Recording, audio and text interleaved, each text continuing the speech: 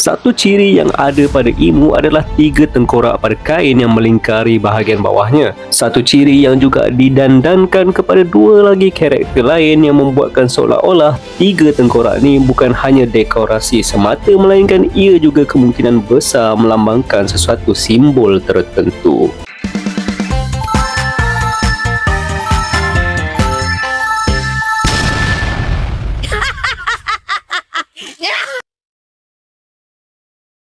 Nah, sejak seawal arc thriller Bark, kita telah diperkenalkan dengan mayat seorang ancient giant yang telah diubah suai dan dihidupkan menjadi zombie dengan kebolehan Gecko Moria. Seorang ancient giant yang jauh lebih besar dari ancient giant lain, mempunyai sepasang tanduk, rahang bertaring dan kulit berwarna merah. Persis seperti ciri-ciri yang ada pada Oni dalam mitologi Jepun atau syaitan dalam mitologi Barat. Sesuai gelarannya, 500 tahun yang lalu, Oas telah digelar sebagai Majin atau terjemahannya The Beast. Menariknya, Oas memakai jawat dengan lambang cross yang baru-baru ni aku kaitkan dengan simbol emu yang membawa kemungkinan kalau Oas pernah berkhidmat di bawah perjanjian cetek emu seperti Harald. Nah, kalau korang ingat, dalam backstory Oas, dia diceritakan pernah menubuhkan sebuah negara yang terdiri dari penjahat, yang mana kita sendiri tahu penjahat di sini adalah terma yang diletakkan berdasarkan naratif sejarah yang dipusing world government lah.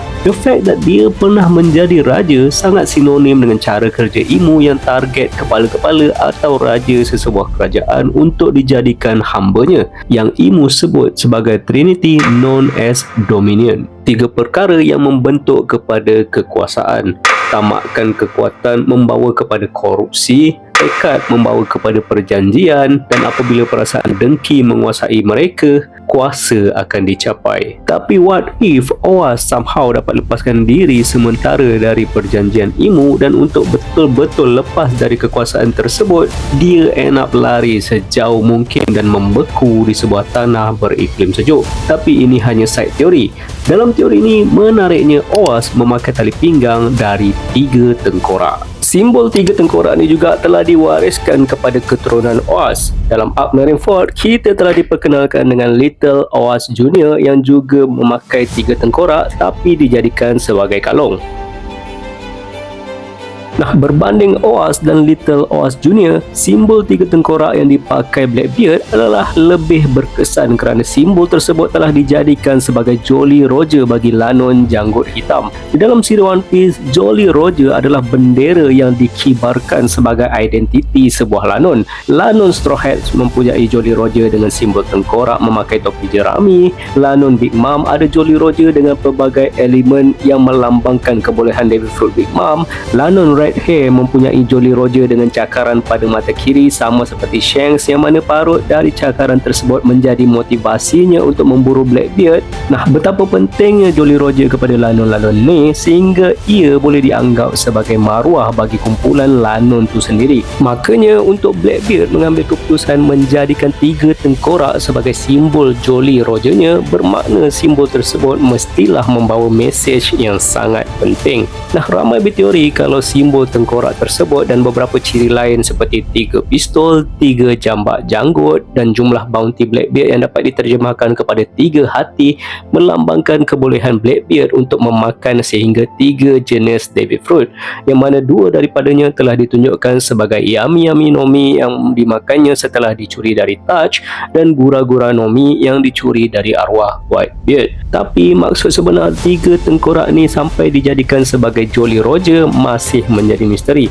Adakah ia berkaitan dengan 2 lagi karakter sebelumnya, Oas dan Little Oas Junior, atau simbol yang sama antara mereka ni tidak berkaitan sama sekali? Nah, aku percaya simbol ni melambangkan satu perkara, dan perkara tersebut adalah the strongest. Yes, yang terkuat. Dalam teori aku, lebih kurang setahun yang lepas, aku katakan kalau maksud kepada bounty Blackbeard, San Kokoro yang dapat diterjemah kepada 3 hati melambangkan 3 maksud Kokoro yang berbeza mengikut konteks dalam budaya Jepun, yang mana Kokoro apabila dikaitkan dengan minda dapat diterjemah kepada pemikiran, niat dan pendirian seseorang. Dari segi hati, Kokoro dapat dikaitkan dengan emosi, empati dan kejujuran, manakala dalam aspek spiritual ia melambangkan karakter dan energi yang menggerakkan fizikal seseorang. Kanojo no kokoro wa fukai omoiyari to kirei na kokoro no arikata soshite suyoi kokoro de dekiteiru.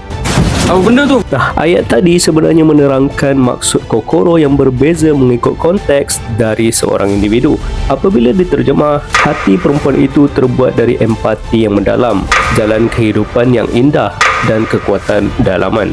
Kokoro dalam rangkap pertama merujuk kepada perasaan empati adalah kokoro dari aspek hati. Kokoro dalam rangkap kedua merujuk kepada mindset adalah kokoro dari aspek minda. Manakala kokoro dalam rangkap ketiga merujuk kepada tekad adalah kokoro dari aspek rohani. Nah, disebabkan tu aku beranggapan kalau Blackbeard memakai simbol ni dengan kemungkinan niatnya yang kuat dari tiga aspek hati, minda dan spiritual untuk merealisasikan apa yang cuba dicapai bapanya, Rox Dizebek, untuk menjadi raja dunia atau untuk mencapai kesempurnaan dari tiga aspek fizikal, minda dan spiritual yang dapat dikaitkan dengan OAS yang boleh dikatakan sebagai yang terkuat pada masanya. Dan ini membawa kita kepada simbol tiga tengkorak yang digunakan oleh karakter seterusnya, Imu. Nah, perbezaan simbol tiga tengkorak yang dipakai Imu berbanding karakter sebelumnya adalah setiap satu tengkorak pada Imu telah dijahit di bahagian kepala mereka dengan bahagian yang bertanduk, menjadikan bentuk tengkorak tersebut seolah-olah seperti rupa bentuk syaitan. Dan menariknya, Imu sendiri pernah tekankan kalau menjadi syaitan adalah the pinnacle of existence atau puncak kewujudan, sehingga menganggap kalau Tuhan atau dewa itu sendiri tak ada beza dengan syaitan. Kesyirikan apakah ini? Nah, ini membawa kita semula kepada macam aku cakap pasal tiga kokoro yang membentuk kesempurnaan atau yang terkuat tadi. Aku percaya tiga tengkorak bertanduk pada Imu melambangkan ideologinya bahawa syaitan adalah puncak kehidupan dan kerana itu manusia perlu menjadi syaitan itu sendiri. Disebabkan tu tengkorak manusia pada Imu seolah-olah telah dijahit dan dicantum dengan tanduk dari syaitan untuk melambangkan perubahan manusia kepada entiti tersebut. Jadi apa pendapat korang? Kalau korang ada teori yang menarik atau ingin kongsikan sesuatu, jangan malu-malu untuk like, komen dan subscribe video dan channel ni. Kita jumpa lagi di Laugh Tale.